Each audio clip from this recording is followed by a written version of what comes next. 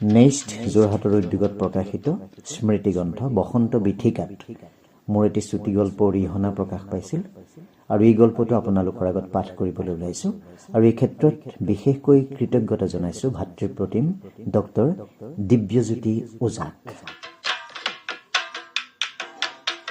তহঁত ডেকা মখাৰ কাম নাইকিয়া হ'ল বুজিছ। ভাল গপগপীয়া হুঁচৰি এযোৰা মাৰিব নোৱাৰা হলি।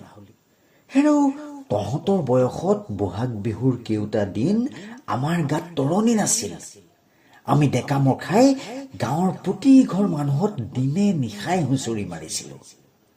আনকি ওচৰৰ দুই এখন গাঁৱলৈকো গুৱা পাণ আগবঢ়াই আমাৰ হুঁচৰি দলটোক নিমন্ত্ৰণ কৰি নিছিল। পিছে এতিয়া আৰু সেইদিন নাই। আমাৰ গাত তেজ বল শক্তি নোহোৱা হ'ল। কিন্তু তহঁত ডেকা মখাৰ কি হ'ল? বছৰেকৰ বিহুটোত কঁকালটো ঘূৰাবলৈকো তহঁতৰ শক্তি নাইকিয়া হ'ল নে হেৰ? আজি কেইবা বছৰ ধৰি গাঁওবুঢ়া দেউতাৰ একেকেইটা কথাকে শুনি শুনি কাণৰ কণামা কৰি সৰি গৈছেগৈ। এইবাৰ বোলো এই কথাই কথা নহয়। এইবাৰৰ বিহুত কিবা এটা উচিত ব্যৱস্থা কৰিবই লাগিব। সঁচা কথা ক'বলৈ গ'লে আমাৰ গাঁওখনত বৰদেউতাই কোৱাৰ দৰে বিহু মাৰি দেখুৱাব পৰা বিহুৱা ডেকা নথকা নহয়। কিন্তু বিহুৰ দিনকেইটাত বিহুৱাসকলৰ এজনৰো আহৰি নাথাকে। প্ৰত্যেকজন বিহুৱাই নগৰৰ কোনোবা নহয় কোনোবা এটা বিহু দলৰ লগত জড়িত হৈ থাকে। সেই দলবোৰৰ হৈ নগৰৰ নামী নামী লোকৰ ঘৰে ঘৰে বিহু মাৰি আজৰি হয় মানে ইফালে বিহু সন্মিলন, বহাগী উৎসৱ এইবোৰ আৰম্ভ হয়েই। গতিকে নিজৰ গাঁৱত হুঁচৰি মৰাৰ সিহঁতৰ আহৰি ক'ত? তথাপিও IPLৰ খেলুৱৈ বাছনি কৰাৰ দৰে বিভিন্ন বিহু দলে থপিয়াই লৈ যোৱাৰ পাছত যিকেইটা মলখু থাকি যায় সেইকেইটা ডেকাকে লৈ গাঁৱত হুঁচৰি দল এটা গঠন কৰাৰ সংকল্প লৈ হাতে কামে লাগি গ'লোঁ। মনত এটাই চিন্তা, যেনে তেনে ভাল হুঁচৰি দল এটা গঠন কৰি গাঁওবুঢ়া বৰদেউতাৰ ককৰ্থনাৰ পৰা মুক্ত হ'ব লাগে। হুঁচৰিৰ বাবে জোৰদাৰ আখৰা আৰম্ভ হ'ল।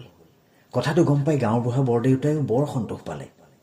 দুটামান পুৰণি চহা বিহুগীত মোৰ যোগেদি আমাৰ দলটোক শিকাইও দিলে।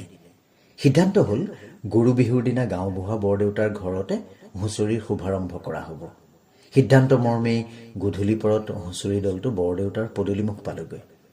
ঘৰৰ সন্মুখত কেইবাখনো বিলাসী গাড়ী ৰৈ থকা দেখিলোঁ। এইবাৰ বিহুত হেনো অসমৰ বাহিৰত থকা বৰদেউতাৰ মাজু জোঁৱাই আহিছে পৰিয়ালসহ। পদূলি সোমায়ে হুঁচৰি দলৰ নালিয়াই পদ জুৰিলে।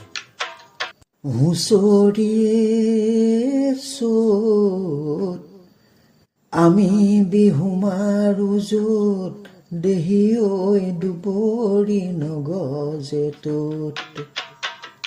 দুবৰিটো বাদেই এডালো ঘাঁহ নথকা গাঁওবুঢ়া বৰদেউতাৰ পকী চোতালত ঘূৰি ঘূৰি আমি হুঁচৰিৰ পদ গাবলৈ আৰম্ভ কৰিলোঁ।